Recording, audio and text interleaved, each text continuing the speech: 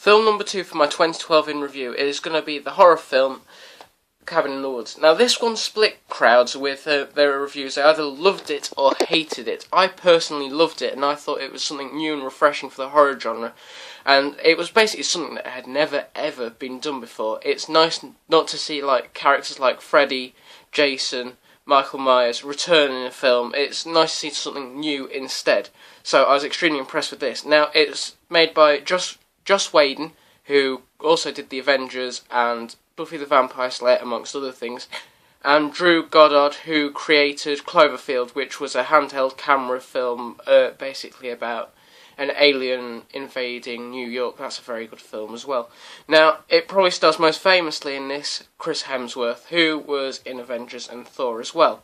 Now, what it's about is a group of 5 teenagers going into this cabin in the woods, as you could probably guess from the title, and it's not as it seems. Underneath there is a base, and sacrifices have to be made to settle the gods from destroying the Earth. Now, you wouldn't expect that to be the storyline in this, but it is, and it's only revealed that they're doing that right at the end. There's about every single horror creature you could think of. There are zombies, there's mermen, there's goblins, it's uber violent and very, very bloody right at the end when everything gets unleashed. A lot of people die in this, but surprisingly it's a 15.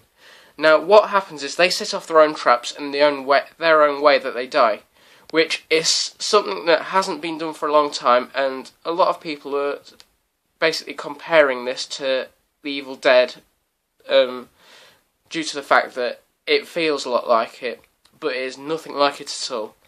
Completely different from it. Now, I'd have to give it an 8.5 out of 10 for the fact that it does have its dull moments occasionally, but it's extremely funny. Not necessarily scary as such, but a very good horror film.